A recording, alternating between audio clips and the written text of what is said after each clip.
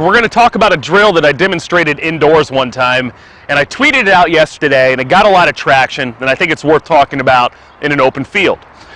I think back to working with a very high-level prospect at Cubs spring training a couple years ago, a player that is extremely strong, used the upper body quite a bit in the swing and was pulling off the baseball. And what Andy Haynes, now the assistant big league hitting coach, did with him is a drill I took away and really like for young kids in posture, is putting the tee at its lowest setting and then working on, with just visual feedback from the hitter, getting a feel on how to attack from underneath this baseball and watch what the ball does on a field.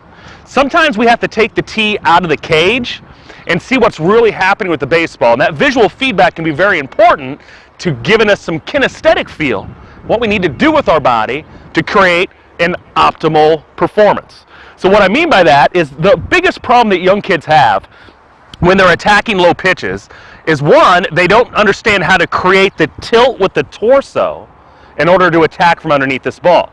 They'll do one of two things.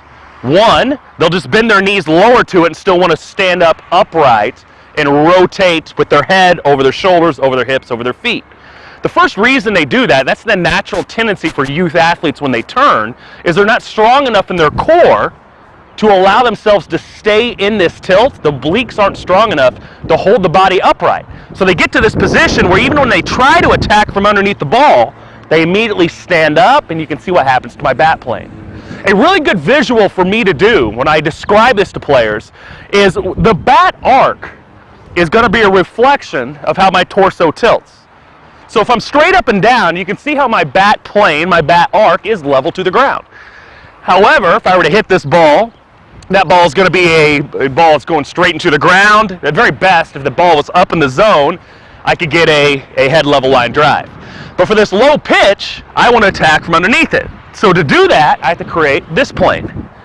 And now you can see how I'm attacking from underneath that ball, and my bat is staying in the zone for an extended period of time. I'm letting the bat complete the arc of the swing with the bat staying through the zone for an extended period of time. So if I'm working underneath the ball and I immediately stand upright in my posture, you can see how that bat cuts right off my front hip. So that's where the drill gives you visual feedback. If I'm bouncing the ball to the pull side, then I know I'm not maintaining my posture on this low pitch.